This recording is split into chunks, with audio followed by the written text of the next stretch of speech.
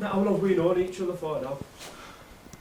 Unfortunately for you, about 7 years. I think it's longer, you know. Well, I've been doing the job. I've been doing the job 8 years. Yeah. So I bet it's about 7.5 years maybe then, yeah. So because you started off in Eckington, yeah, didn't yeah. you? So I started off in Eckington. This is where I had like 20 car pitch. Like started off at home with 2 or 3, and this pitch came up at Eckington. I had like 15 to 20. It was 15 to 20, wasn't it? Yeah. Like all stuff under like £5,000. I must have been there a year and a half, and then you just bobbed up one day, didn't you? You just came in. We had a massive push on new dealer acquisition because when I took over the Sheffield area, and you just started it had not done what it needed to do. So I was having a massive push because the amount of dealers that weren't using us in Sheffield was scary.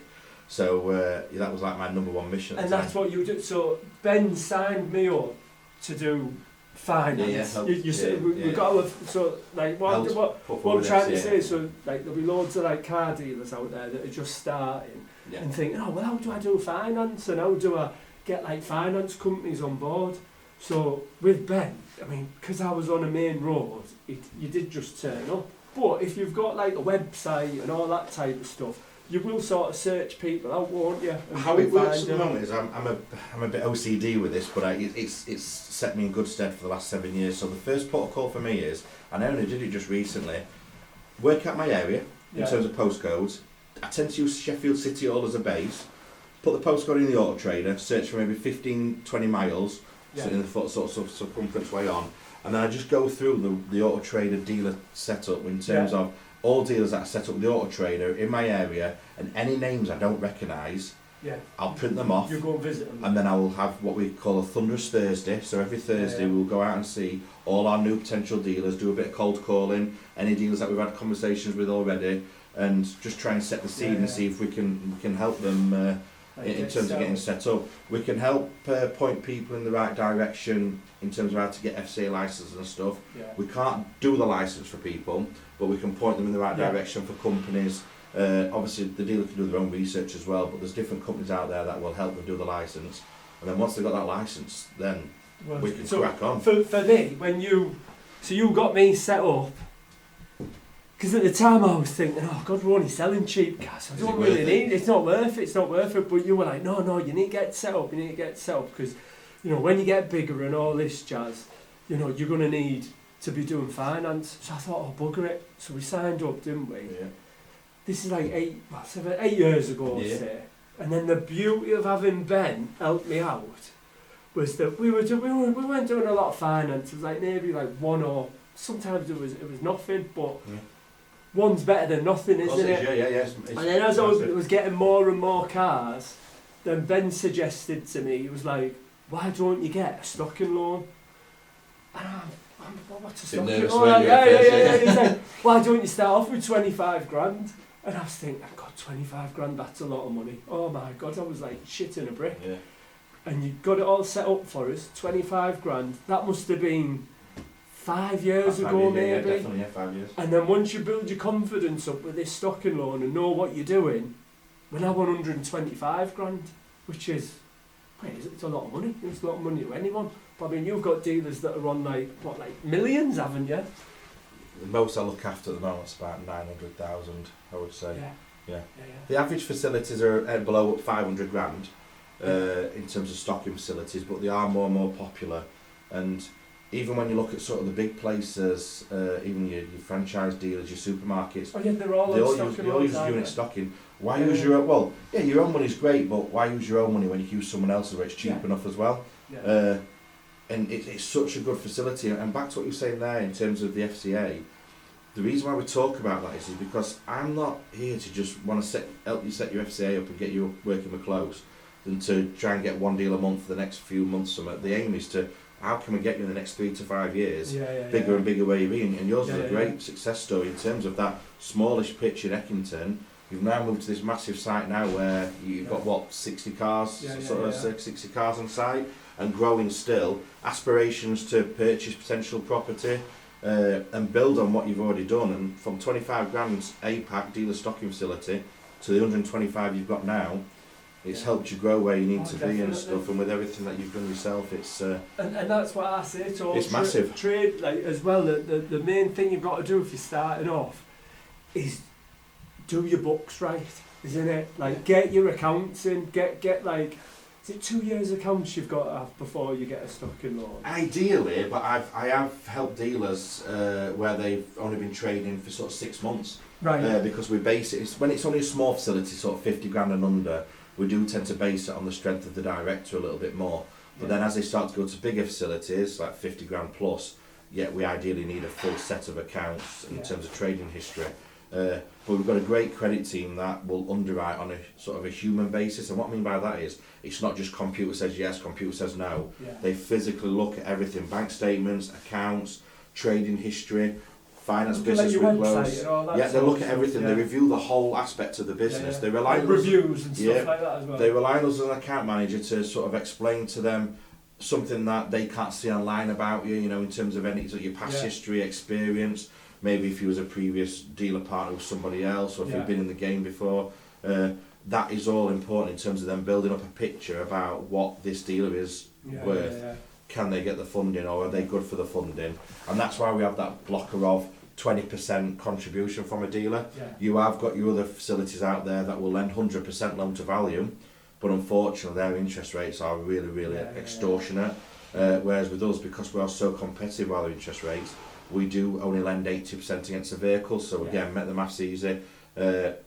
If you purchased a vehicle for say 10 grand from the auction, we would lend roughly 8 grand against that. You would have to put 2 grand of your own money in, but that means you get a cheaper interest rate. You've got a little buffer there in terms of money in it. We've got a buffer, so if worst case anything did go wrong, which we don't feel it will, but if we have to cover ourselves, we have got that protection there in terms of if we have to sell it at auction, we've got a bit of a 2 grand buffer. And it just allows you to, if you've got a pot, I don't know, say 100 grand available, and you stick another 125 in it, that's 225 grand to fill out your place. And the more sort of cars you have, the more opportunities you have. It makes sense, doesn't it? Yeah, buy more, sell more. That's what I always say. And then it's the variety as well. So you're not just set to that. You when you start sort of 5 grand and under. It allows you to then dabble into some of the bigger stuff. It takes you out that comfort zone as well. So what happens is you stick in the.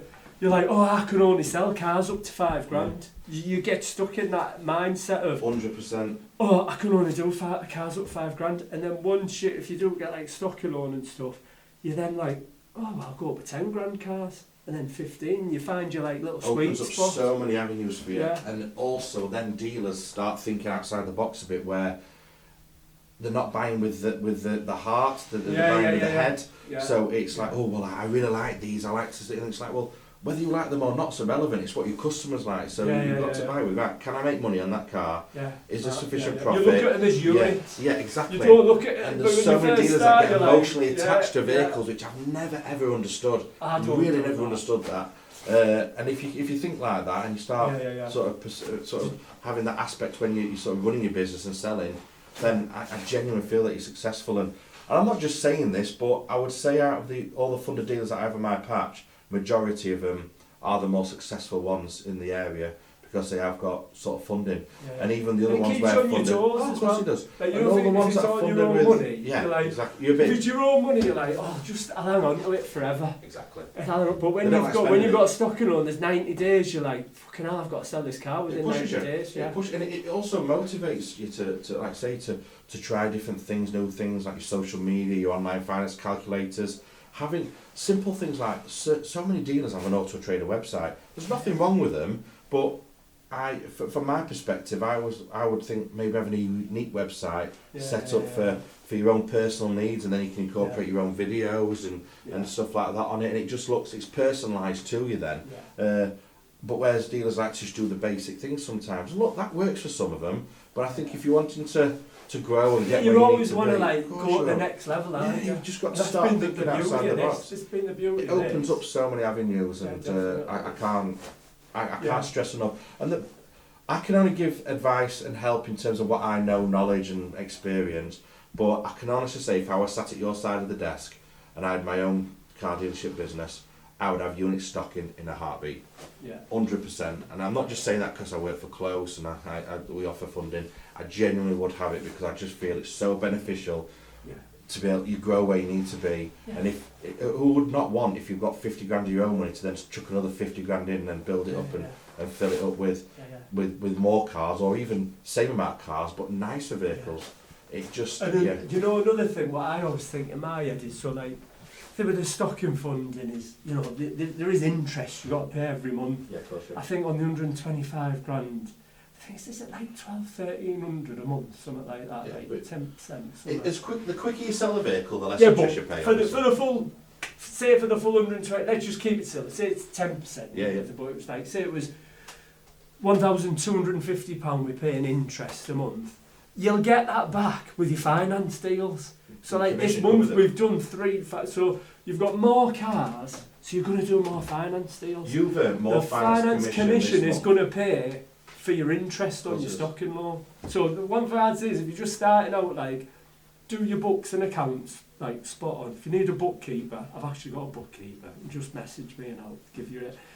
Get in touch with a close rep and they'll help you get FCA, signed up with FCA. Yeah, we'll put them in the right direction. And then once you're building your business up, then you can go into the stocking loan side of things. And we cover the whole of the UK, Northern Ireland, Scotland, Wales, everywhere in England. There's account managers in every single area of the UK as well. So if it's not just the Sheffield region, which is what I cover, in parts of North Derbyshire, like here, it's there's going to be always someone there available. And like I say, just go online and you'll find us and things like that. So thank you for that, mate. Brilliant. Right, thank you very much. Cheers, mate.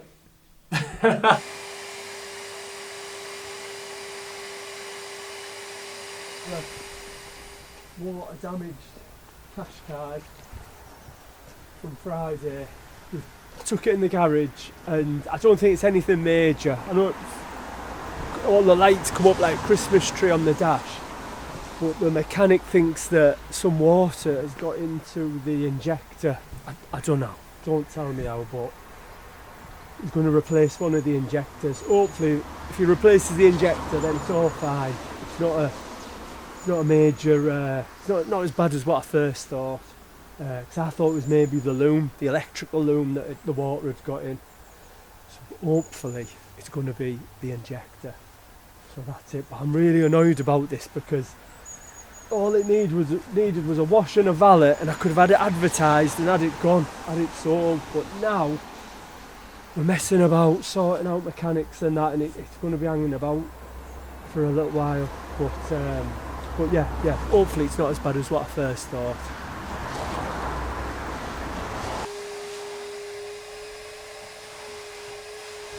So like, what we're doing now, we're going to go and take the Hyundai 30 to Clutch Place in Sheffield. Yeah.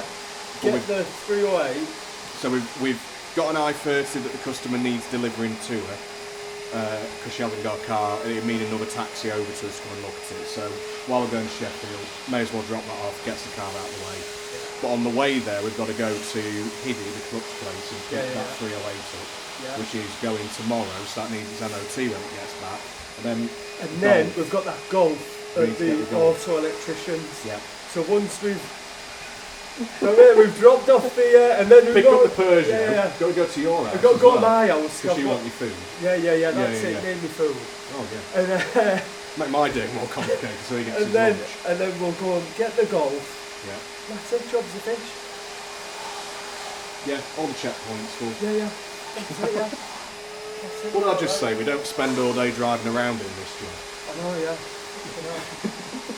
So, and then just quickly, this is the Cougar that we thought had the gearbox problem. I just remember in one of the videos we said about the customer brought it back, said that the gearbox wasn't working properly. Anyway, I drove it down to Peterborough, like no problem with it at all. Took it to the gearbox place, we put it on the computer. They're saying that there's nothing wrong with it. I've drove it all the way back from Peterborough and it hasn't faulted like once. So I'm not saying that the customer's lying, of course I'm not. I'm going to run it for a good 3 weeks to a month. Just work out. Just to make sure that the heat, I mean, this is just the thing at the minute, like sometimes customers with that Focus, you know, that white Focus, the customer said that it was cutting out and it turns out that it wasn't. If you're not in the car long enough to make it fold. That's the thing, she drove it to like Scotland, didn't she? So if anything we're going to show its head after an 8-hour drive, it's going to be on something like that. So I don't know if this is just the times we're in with like cost of living crisis and all this stuff, but yeah, I think that's all right, mate. Yeah, I'm not driven it again yet, but we might be doing a video and I'm completely wrong. I don't know. We'll see in a few weeks if we come back to it and go, oh, you know that cougar? Yeah. Yeah, it's $2,000 to fish the box. Yeah. We've ended up scrapping it because it was that Yeah, don't say that. No, it won't. Have I told you the one about the valeter jet washing the inside of the car? Oh, no. That was an absolute classic. So, I'll not name the dealership, but people who... Mini? Yeah, but Mini, but I'm not going to name which one it was. One, right. Yeah. But people who used to work with me, you'll know. Yeah. And people who used to work with me, this story is just legendary because it was an agency. Yeah. It was my cousin's come over, he needs a job. He'd turn up on Monday morning and that was it. He'd be cleaning cars, but it wasn't really an interview for it. Because how do you interview to say, can you clean a car? It was just basically, here's your minimum wage hours, it's 0 contract, here's a brush, here's a sponge, get on with it. And this guy came one morning and they were getting brand new cars off at Transport. So one at first cars off at Transport, so all still in transport wrap, so film all over it, seats have still got rubber on and whatever, paper still in cardboard all around car, brand new BMW M4 competition, so we're talking like 85 grand's worth of car before the options that were on it. And he'd had like individual interior, individual paint on the outside. And I'd given our Progress guy a car to go and clean for me because I had a customer who was coming to pick it up in the afternoon. So I was like, just nip this down because we had an automatic car wash out back. Just take it through car wash, just get it cleaned up so it's ready for later. And he got down to this one, moved into the new showroom. It's a brand new jet wash bay. And all he could see was just like this big cloud of foam and steam, thinking, what the fuck's going on here? So anyway, he pulls round and first thing he sees is both doors of the car open and this guy just stood there just blasting the interior of the car with a jet wash. So he jumps out of the car, runs over to him, just presses like the emergency stop button on the water pressure, and just like goes to him like, what the f***? He turned round and he just went, I clean. And he was like, no. And then he had to wrestle the jet wash off of him because he was like, in his mind, he didn't really understand. I think it was, if I remember rightly, they had to replace quite a bit of the interior in it. I can't remember if they claimed it on insurance or not, but his car was fucked. I think in the end, they ended up reordering the car. But the customer they told this customer like, yeah, don't worry, it'll be here on the transporter next week. And then they had to ring up and go, oh, it's delayed by 6 months because we need to rebuild it. So again, at the old pitch, there was so the pitch was on the road, and then basically behind the pitch was a garage. Do you remember it? There was like a garage at the top. Yeah. So you had 20 cars at the front, or 50, and then you had to go up a little hill to get to the back garage. So this VW Beetle had just been delivered. So I drive, and there was no room on the pitch because like all the 20 spaces were took up. So I thought, well, I'll just park it at the top of the hill, and you know it'll be all right then until I shift all the others about. So I puts the Beetle up on like near the hill, puts the handbrake on, goes into the office. I sat in the office about 2 minutes later. All I see is the Beetle going down the fucking hill. Like fucking and I'm like, oh my god, it was too late for me to go running out. And then all I see is Matt, the mechanic, his dad, who's like nearly 70, running after this fucking Beetle. And he runs in front of it. And I don't know how he done it, but he stopped the Beetle from going into the main road. And I ran out, I'm like, nearly ran over. He got run over by anyone in the car. He killed himself, but it was just so funny seeing it, because I was like, oh, that's my car. Oh, bloody hell, that's my car. Here it is. This is the best place to get a clutch done in Sheffield. Quickest, fastest, cheapest.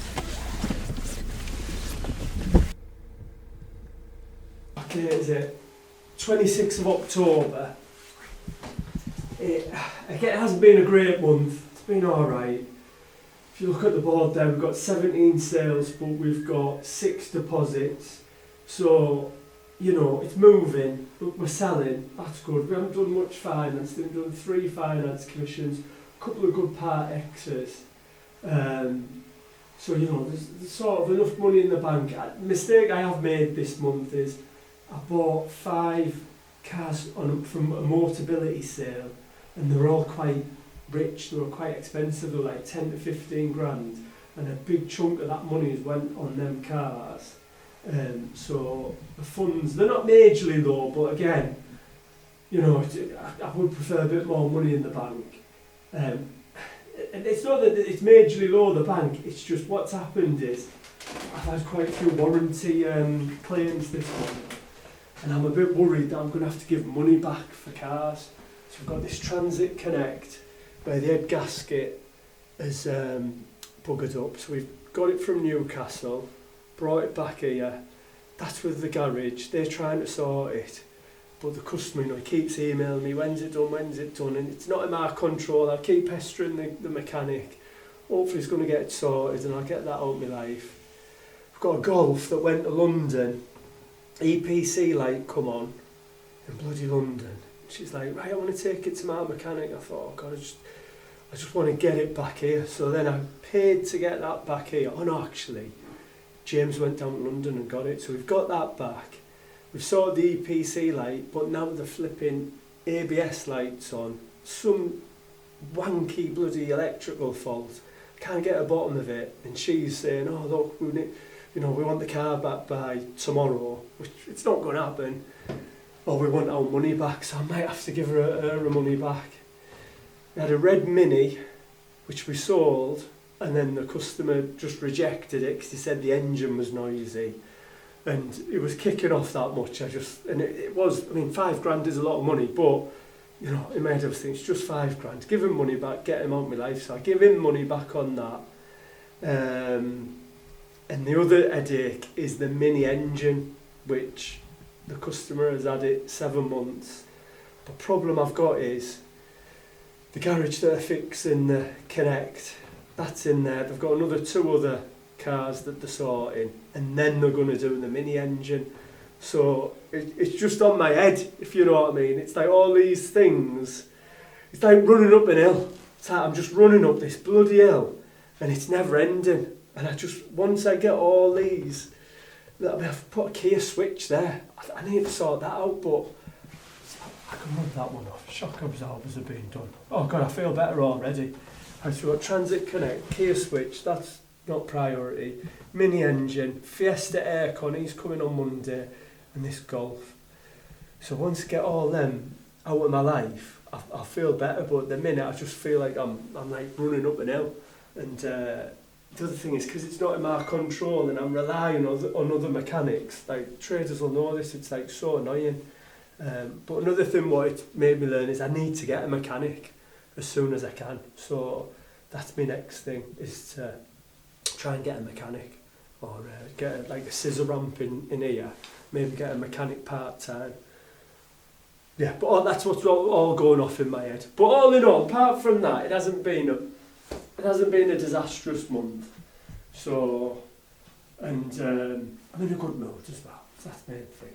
So I'm all right. Psychologically, I'm in a very good mood. So that's all that matters, isn't it? So yeah, come back next week. We'll be back November. Hopefully we'll have plenty of sales on there. We're going to aim for 25 cars November, because December, notoriously a terrible month.